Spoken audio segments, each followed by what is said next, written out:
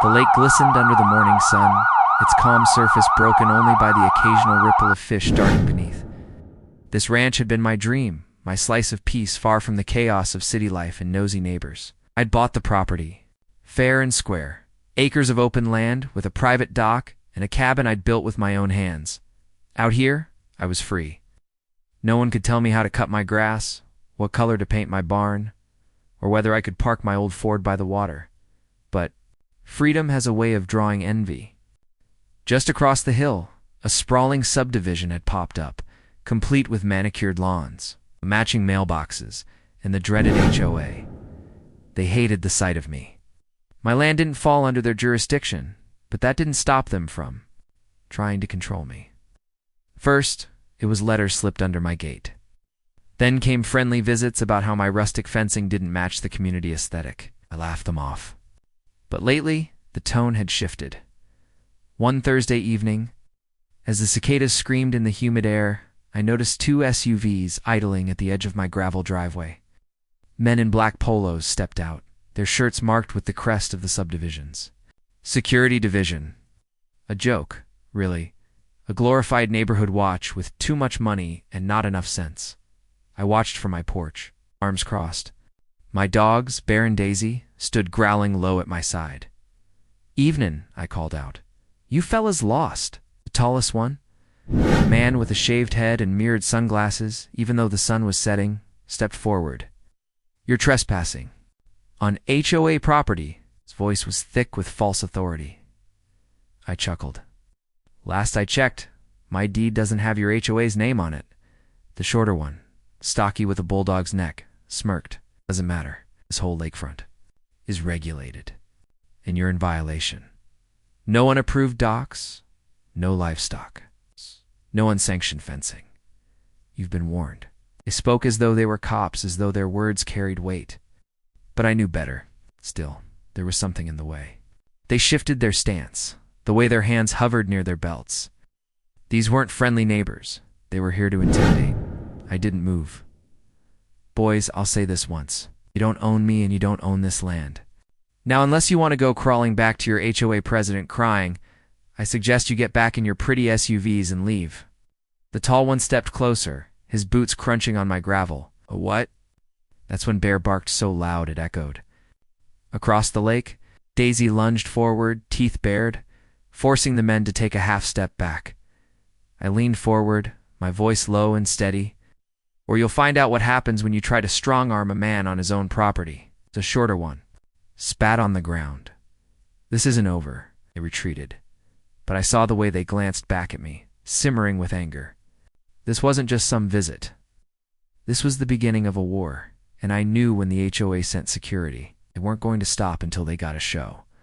The morning after that first encounter, I found a crisp white envelope nailed to my wooden gate. The letterhead was ridiculous. Lakeside Community Improvement Association. It looked official at first glance. Bold letters, crest, but the words inside were nothing but threats.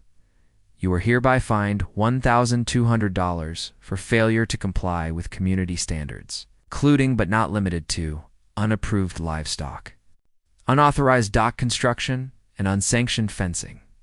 Failure to remit payment within 7 days will result in further enforcement action." I laughed out loud, crumpled it, and tossed it into the fire pit.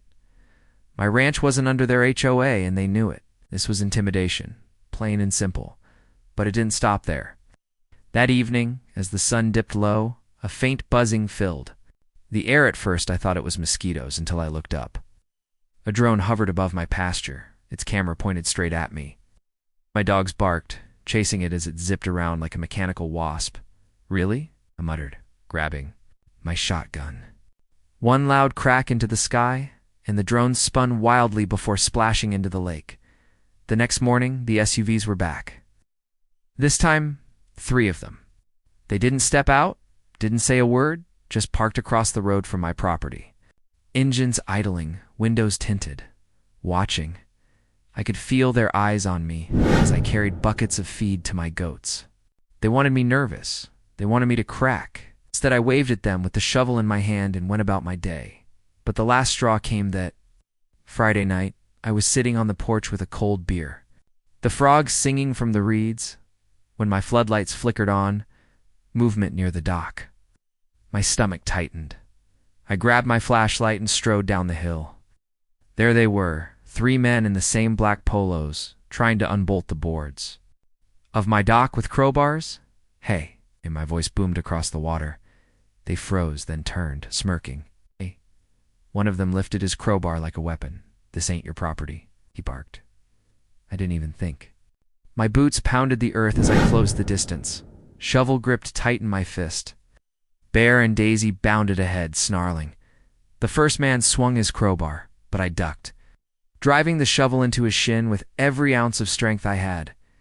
The crack echoed like a snapped branch. Screamed, collapsing into the dirt, clutching his leg. Another charged. But Daisy leapt at him, teeth sinking into his arm. He howled, stumbling back. The third dropped his crowbar and ran, but in his panic, he tripped on the barbed wire fence, his leg ripping open as he tumbled. I stood there, chest heaving, the shovel dripping with sweat and dirt. My dog circled, growling low. The men were on the ground, writhing and cursing. You boys picked the wrong ranch, I said coldly. Now crawl back to your HOA and tell them. If they step on my land again, they won't just leave with broken shins. They'll leave in an ambulance. And crawl they did, dragging themselves to their SUVs, limping, clutching bloody shins and torn clothes. They scrambled inside and sped off into the night. For the first time since moving here, I realized this wasn't just harassment. This was war. The night after I shattered their shins, I thought I'd scared them off for good. But people like the HOA president, especially the power drunk, controlling kind, don't back down when you stand up to them. They double down. The following evening, as the last streaks of purple faded from the sky, I noticed movement by the tree line near my pasture. Not deer, not coyotes, too organized. My gut told me what was coming. I slipped off the porch, dogs at my heels, and made my way to the barn. The air felt charged, heavy, like the calm before a summer storm. Then the sound hit, the crunch of boots. Low voices and the metallic clink of tools. They came in wave 6 men this time, not 3. All in black polos, armed with crowbars, flashlights, and unmistakably batons. This wasn't neighborhood watch anymore. This was a paramilitary cosplay, drunk on arrogance. One of them barked, rip down the fence, tear out the posts. Doesn't want this junk spoiling the view? Another laughed. Dogs are gonna the first thing we take care of. Bear growled so low it vibrated the ground. Daisy's ears were flat, teeth bared, ready. I stepped into the open, shovel in one hand, flashlight in the other. My voice was steady, but loud enough to slice through the night. Last warning, boys. Get off my land. Flashlights whipped toward me, beams cutting through the dark. The letter, a thick-shouldered man with a baseball cap turned backwards, snorted. You again? You're done. HOA said, take it all down. If you don't like it, you can move. He took one step forward, baton raised. That's when Bear lunged. The dog hit him like a freight train, teeth sinking into his thigh. He screamed, baton clattering to the dirt as he fell. Another rushed in to kick Bear off, but I swung the shovel like a sledgehammer, slamming it into his shin with a crack that sent him collapsing with a howl. The night exploded into chaos. Daisy tore in two, a third man's arm dragging him to the ground. I turned just in time to block a crowbar swing with the shaft of the shovel. Sparks flew as metal clanged against wood, twisted, ramming the flat edge of the shovel into his kneecap. He went down, shrieking, clutching his leg. Crawl home. I roared. Crawl back to your HOA queen. 2 of them staggered toward the SUVs they'd left parked by the road. But not before I saw the fear on their face. Cis-pure, primal fear. They hadn't expected a fight. They thought I'd fold like every homeowner they bullied. But this wasn't their cookie-cutter suburb. This was my ranch. The leader, bleeding from Bear's bite, scrambled up clutching his thigh. He spat curses. Trying to limp back, I didn't let him go easy. I stepped forward, shovel raised. You tell your boss, I said, voice like steel.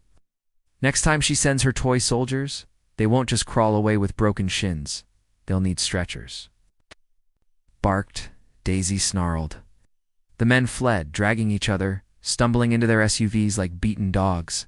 Engines roared, tires spun, and the vehicles tore down the road. Disappearing into the night, I stood there in the dark, chest heaving, shovel slick with dirt and blood. Ow. My dogs circled me, tails wagging, proud of their work, but my gut told me, this wasn't over. It's not by a long shot. The HOA president wouldn't take humiliation lightly, and next time, she wouldn't send amateurs. The morning after the raid, the lakefront was quiet. Too quiet. The water glimmered like glass, but I could feel eyes on me. The HOA wasn't licking its wounds. It was plotting. I didn't have to wait long. Around noon, a White County Sheriff's cruiser rumbled up my gravel driveway. The man who stepped out was Sheriff Dalton, a barrel-chested veteran with a salt and pepper mustache and a weary look that told me he'd been dragged into the night. I stood there in the dark, chest heaving, shovels slick with dirt and blood. My dogs circled me, tails wagging, proud of their work, but my gut told me this wasn't over. Not by a long shot. The HOA president wouldn't take humiliation lightly, and next time, she wouldn't send amateurs. The morning after the raid, the lakefront was quiet. Too quiet. The water glimmered like glass, but I could feel eyes on me. The HOA wasn't licking its wounds. I was plotting. I didn't have to wait long. Around noon, a White County Sheriff's cruiser rumbled up my gravel driveway. The man who stepped out was Sheriff Dalton, a barrel-chested veteran with a salt and pepper mustache and a weary look that told me he'd been dragged into HOA drama before.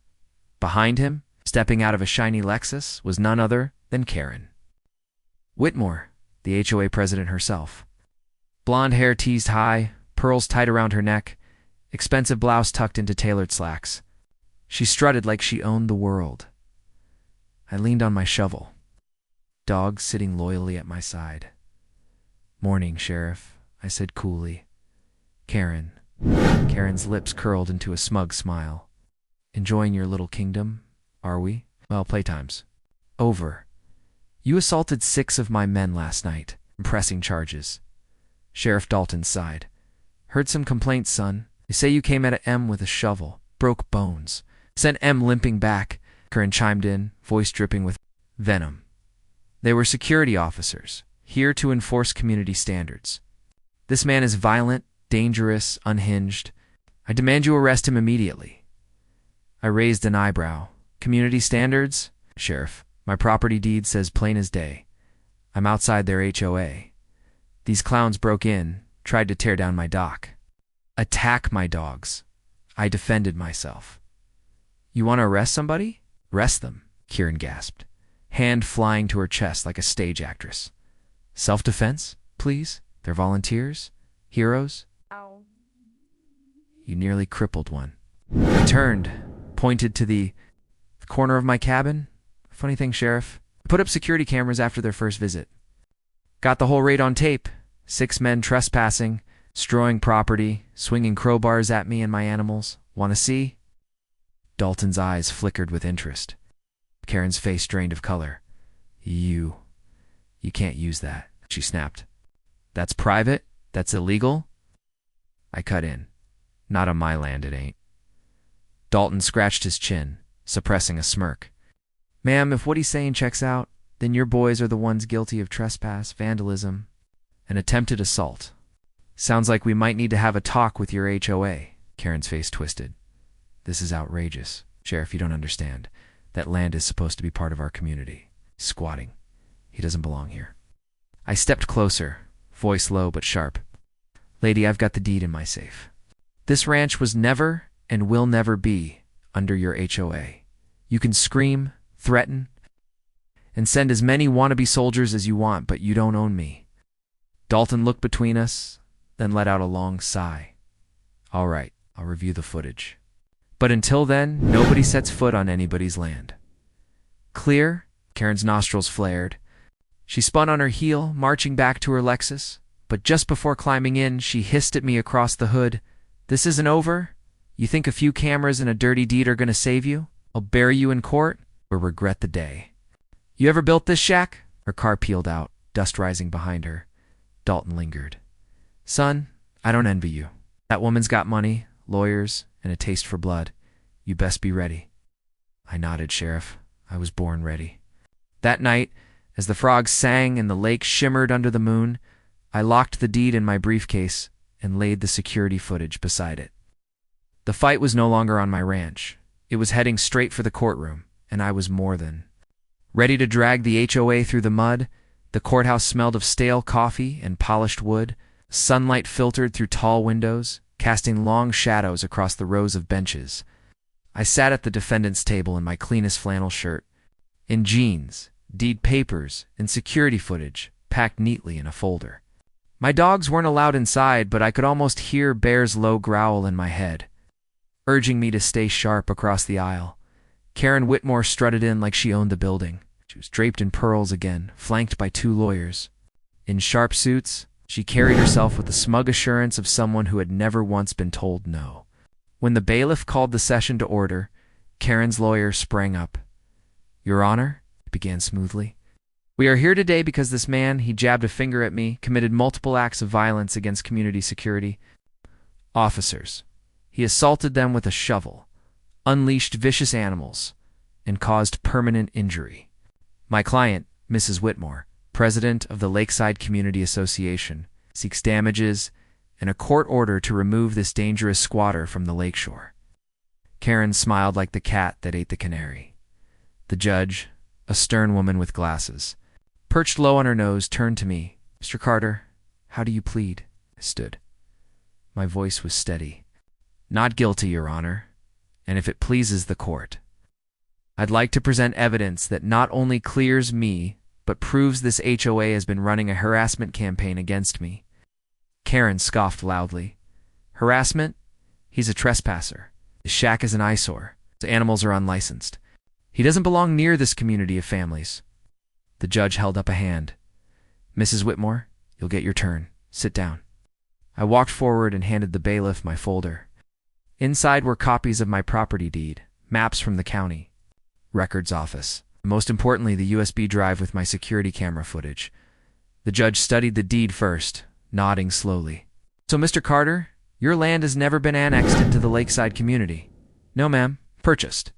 It 15 years ago, private sale. This ranch is independent property, always has been. Karen shot up from her seat, face red. That's a lie. We were told the lakefront was ours. That property belongs to the HOA. The judge tapped the deed with her pen. Mrs. Whitmore, the county records say otherwise. Sit down. Karen's lawyer shifted uncomfortably, then came. The footage. The courtroom fell silent as the screen lit up with grainy night vision video. There they were, 6 men in black polos, crowbars in hand, marching onto my land. The jury watched as they tried to dismantle my dock, kick at my dogs, and swing crowbars at me. The moment I swung my shovel and Bear lunged was caught in crystal clarity. Every scream, every trespass, every act of aggression laid bare. When the video ended, the only sound in the room was Karen's sharp breathing. The judge leaned back, eyes narrowing at Karen. Mrs. Whitmore, would you like to explain why your so-called security officers were attempting to destroy private property? Karen stammered. They were enforcing community standards. That property isn't yours, the judge cut her off. And your men entered unlawfully, armed, with the clear intent to do harm. That's criminal trespass and attempted assault. Frankly, Mr. Carter showed restraint. The lawyer scrambled. But the injuries. He broke their legs. Excessive force? The judge's gavel cracked down. Excessive? He was outnumbered 6-1 on his own land. This court rules that Mr. Carter acted in self-defense. Case dismissed. Karen's jaw dropped. You can't do this. I'm the president of the HOA, the judge glared. And now your HOA is facing fines for harassment, trespass, and illegal enforcement actions. Consider this a warning, Mrs. Whitmore. Reign of intimidation ends here. Karen collapsed back into her chair, face as pale as chalk. I gathered my papers, nodded respectfully to the judge, walked out of that courtroom with my head high. Outside, the sun was shining over the courthouse steps. Bear and Daisy were waiting in my truck, tails thumping against the seats.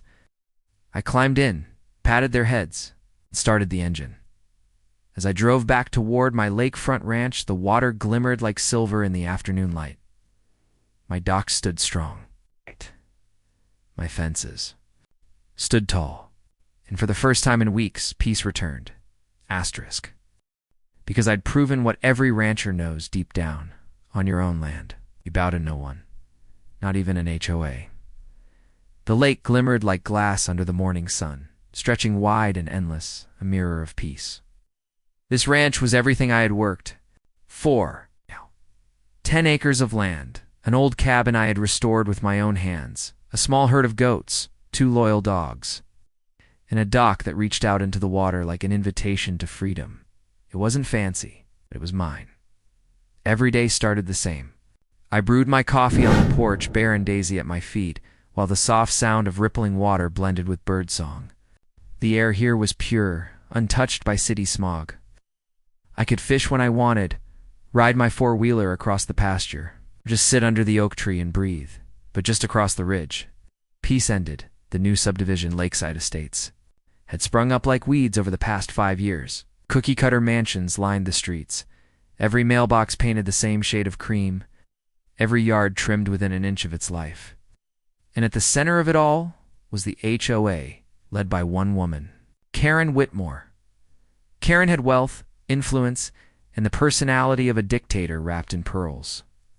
To her, my ranch was an eyesore, a blemish on the pristine face of her community. I didn't fit her vision. I was too rough, too free, too unwilling to kneel. At first, it was subtle. A few neighbors complaining about my unsightly livestock. Flyers slipped under my gate about joining the HOA for the good of the community. Then letters arrived, official-looking notices about unapproved structures and community violations. I ignored them all. My land wasn't under their HOA, never was, never would be. But ignoring Karen was like ignoring a hornet's nest after kicking it. One warm evening, as the sun dipped low and the lake turned gold, I saw 2 SUVs creeping. Up the gravel road, black-tinted windows, engines purring low. My gut told me trouble had found me. Bear growled, Daisy stiffened. I rose slowly from my rocking chair, beer in hand, and stepped off the porch to meet them. When the doors opened, 2 men stepped out, tall, broad. Dressed in black polos with a crest stitched over the heart, Lakeside Security Division. The words made me laugh. It was a homeowners association, a glorified neighborhood watch. And yet, here they were, strutting onto my land like they were cops. "Evenin'," I called. "You boys lost?" The taller one, head shaved, sunglasses, still on despite the fading sun, stepped forward. "You're in violation of community code, sir. Livestock, unapproved fencing, unauthorized dock construction." I smirked. "Deed. Funny thing, my property deed says otherwise." The shorter one, built like a bulldog, sneered. "Doesn't matter. Whole lakefront's under HOA oversight. And you're making this community look bad." I set my beer down on the porch railing, slowly. Bear's growl deepened. "You're trespassing," I said flatly. "Turn around, get back in your pretty SUVs and tell your boss I don't take orders from HOAs." The tall one's lips curled. "Or what?" That's when Daisy lunged, snarling, teeth flashing white. The men stumbled back, curses flying. I stepped forward, shovel in hand now, or you'll find out what happens when you push a man on his own land. They hesitated, then retreated. Muttering threats, the taller one spat at the dirt before climbing back into his SUV. As they drove away, dust trailing. I knew this wasn't the end. It was the beginning. The next morning I woke to the sound of hammering. When I stepped outside, there it was, a crisp white envelope nailed to my gate. The letterhead was ridiculous, bold gold letters reading, "Lakeside Community Improvement Association," but the contents were worse. "You are hereby fined $1,200 for failure to comply with community standards, including but not limited to unapproved livestock, unauthorized dock construction, and unsanctioned fencing. Failure to remit payment within 7 days will result in further enforcement action. I laughed so hard I nearly dropped my coffee. Fines? From an HOA I didn't belong to? They were delusional. I crumpled it up, fed it to the fire pit, and went about my chores, but all day. I had the uneasy feeling of being watched, and sure enough, when evening fell, I saw them again. The same SUVs parked just outside my property line. Engines idling, headlights off. They didn't approach this. Time didn't speak, just sat there watching. It wasn't about violations anymore. It was intimidation. Bear barked, Daisy paced, and I stood tall on my porch, shovel in hand, refusing to give them the satisfaction of fear. But deep down, I knew the storm was only getting started. The HOA didn't attack head-on again, not. Right away, they switched tactics. Every morning, something new showed up on my gate. Brightly printed fines for thousands of dollars. Violation notices with threats of property seizure. They escalated from $1,200 to $5,000 within a week. I burned every one of them. Then came the drone. I was feeding the goats when I heard the buzzing overhead. At first I thought it was a giant horsefly, but then I saw it a black quadcopter. Hovering above my pasture, camera lens aimed straight down at me. Bear barked. Daisy leaped, but the thing just zipped higher. That was my line. I went into the barn, came back with my shotgun, and fired one clean shot. The drone spiraled like a dying bird before splashing into the lake. That night, the SUVs were back. 3 this time, parked in a neat row across from my driveway, windows tinted black. They didn't move, didn't speak. Just sat there with engines humming. I waved my shovel at them, grinning. Y'all want a show?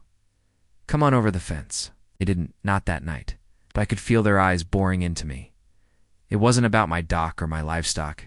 It was about control. Karen Whitmore couldn't stand that a man existed outside. Her rules, and she'd keep pushing until she broke me. Only, she didn't know I don't break easy. It was a blistering hot afternoon when the next move came. I was patching a section of fence near the east pasture when I heard the crunch of boots on gravel. 3 men in black polos again. This time with tape measures and clipboards, as if this were a construction site. Afternoon one said flatly, without looking at me, we're conducting an inspection. Community code enforcement. I spat in the dirt. Community doesn't extend past that ridge, and you're standing on my land. The tallest one crouched, stretching his tape across. My fence post. This isn't to regulation height. This has to be approved by the HOA board.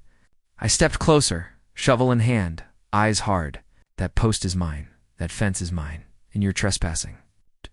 The short one smirked. What are you going to do? Hit us again? Sheriff won't protect you forever. Sooner or later, you're going. Twofold. Bear's growl rumbled like thunder. Daisy lowered her head, teeth flashing. I tightened my grip on the shovel. Fold. Snap. Maybe. They froze for a second, reading my eyes, then stepped back. The tallest one rolled up his tape, the smirk wiped off his face. This isn't over, he muttered. I watched them retreat over the ridge. Every muscle in my body burning with the knowledge that the next time they came, it wouldn't be with clipboards. They were testing the fence line. Next time they'd test me. The lake was quiet that night, moonlight dancing on the water. I was on the porch with a cup of coffee, the dogs dozing at my feet, when the silence broke. At first it was subtle, the sound of wood creaking, a muffled splash. I set the cup down and leaned forward, listening. Bear's ears perked. Daisy's nose twitched. Then I saw them. 3 shadows crouched low on the dock, prying at the boards with crowbars. They worked fast, whispering to each other, tossing planks. Into a john boat tethered at the side. My dock. My property. My patience snapped. I grabbed the shovel by the door, slipped down the porch steps, and whistled once. Bear and Daisy exploded into motion, paws thundering on the earth. Hey, I roared, charging down the hill. The The men jerked upright, eyes wide. One swung his flashlight toward me, blinding beam cutting across the lake. Bear lunged first, slamming into the nearest man's leg. The scream that followed echoed across the water. Daisy tore at another's pant leg, dragging him down to the boards. I swung the shovel like a bat, connecting square with the third man's shin. The crack was sharp, sickening. He dropped instantly, howling. Clutching his leg, the one tangled with Bear tried to kick free, but the dog was relentless, teeth sinking deep. His shin gave a hideous pop as he twisted wrong. He collapsed, crawling toward the boat. Daisy's victim scrambled, slashing at her with a pocket knife.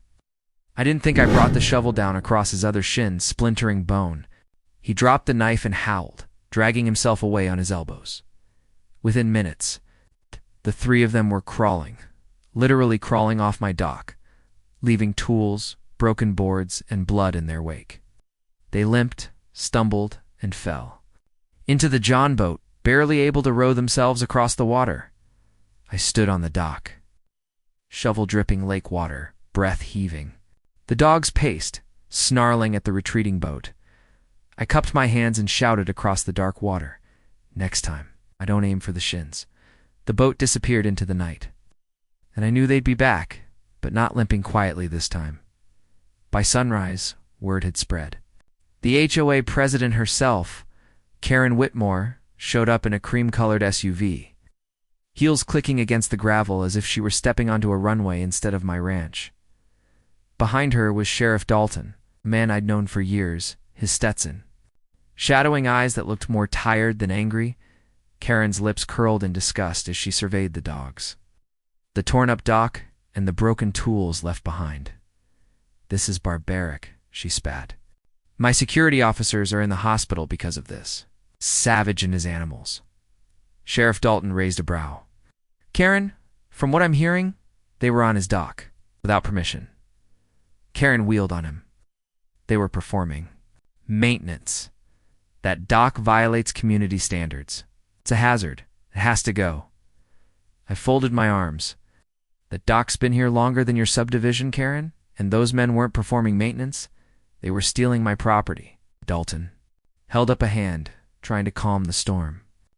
"Look, I can't take sides without evidence. Do you have cameras?" I smiled slow, pulling my phone from my pocket. Front row footage, every step they took, every bone that cracked. Karen's face paled, her lips trembled. But she snapped back fast. "This isn't the end. You can play wild outlaw all you want, but laws exist for a reason.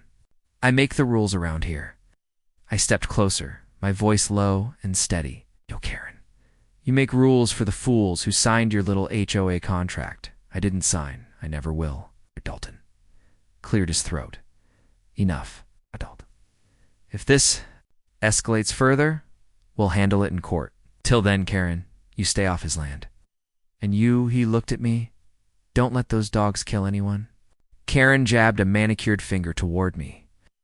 "Court is exactly where this is headed. When it does, you'll regret ever standing in my way." She stormed back to her SUV, slamming the door so hard the echo lingered after she sped off. Dalton sighed, adjusting his hat. "You've stirred up a hornet's nest, my friend. Be ready. She won't stop here." I nodded, eyes on the horizon. Let her come. I've got enough shovels for all of them. The next week was quiet. Too quiet. No dock raids, no nighttime prowlers. For a moment I almost believed Karen had learned her lesson. But then the letters started. Each morning, I found a new envelope shoved into my mailbox. Bold red letters screamed violation notice. One claimed my barn was painted an unapproved color. Another insisted my fishing boat violated waterfront visibility standards. A third warned me about unauthorized livestock, referring to my two dogs. I laughed at the absurdity, tossing them into the fire pit. But the laughter died quick when the harassment moved beyond paper. One morning, I walked out to find MY gate chained shut with a massive padlock. Took me 30 minutes with the bolt cutters to free it. 2 nights later, someone dumped bags of trash along my driveway. Rotting food, old tires, even broken furniture. The stench clung to the air for days. Then came the strangers. Cars I'd never seen before, driving slowly past my ranch, windows tinted, engines idling. Some rolled down their windows to take pictures. Others just stared. Bear barked himself hoarse at the activity. Daisy grew restless, pacing the porch, growling low in her throat. I knew what this was. Pressure. To break me into submission, but I wasn't raised to fold under pressure. I was raised to fight back. So I rigged motion-activated floodlights around the entire property. I set up trail cameras hidden in the trees. I even built a tripwire system around the barn, just in case. If they wanted war, I was ready to meet them on my turf, and war came faster than I expected. It was a Friday night when the storm hit. Rain lashed against the roof. Thunder shook the windows. I sat inside with the dogs, listening to the storm when the power cut out. Pitch black. Only the sound of rain and the dogs' low growls. Then headlights. Half a dozen vehicles pulled up at once. Engines roaring. Men spilled out, not neighbors, not cops. These were hired thugs, dressed in black rain gear, armed with batons and crowbars. Security. They fanned out across my yard, flashlights slicing through the rain. One shouted over the storm, "By order of the Lakeshore HOA, this property is condemned. Remove him." Bear and Daisy erupted, charging into the downpour like bullets. The first thug swung his baton, but Bear dodged and clamped down on his leg. The man screamed, collapsing into the mud. I burst out of the house, shovel in hand, rain dripping down my face. "You picked the wrong ranch," I roared. The closest man rushed me. I swung the shovel in a wide arc, catching him square in the shin. The bone cracked under the blow, and he went down shrieking. Another thug tried to flank me, baton raised. Daisy intercepted, teeth sinking into his calf, toppled, thrashing in the mud as she dragged him by the leg. Lightning split the sky, illuminating the chaos, men crawling, dogs snarling, my shovel gleaming in the flash. One of them lunged. With a crowbar, I blocked with the shovel's shaft, shoved forward, and brought the blade down on his shin. He collapsed instantly, screaming into the storm. They came at me in waves, but every swing of the shovel met its mark. One by one, shins shattered, knees buckled, and grown men dropped to the ground. Reduced to crawling, within 10 minutes, my front yard looked like a battlefield. 6 men writhing in the mud, clutching broken legs, begging to retreat. I stood over them, chest heaving, shovel slick with rain. Bear and Daisy circled like wolves, keeping the defeated men pinned. "Crawl. Back to your queen bee," I shouted over the storm. "Tell her the next time she sends lapdogs, I'll break more than their legs." The men scrambled, dragging themselves toward their trucks. Engines roared to life as the drivers panicked, leaving their injured behind. Eventually, even they managed to limp away, defeated. I stood in the rain, shovel planted in the mud like a war banner, watching them disappear into the night. This wasn't just harassment anymore. This was war. And Karen Whitmore had,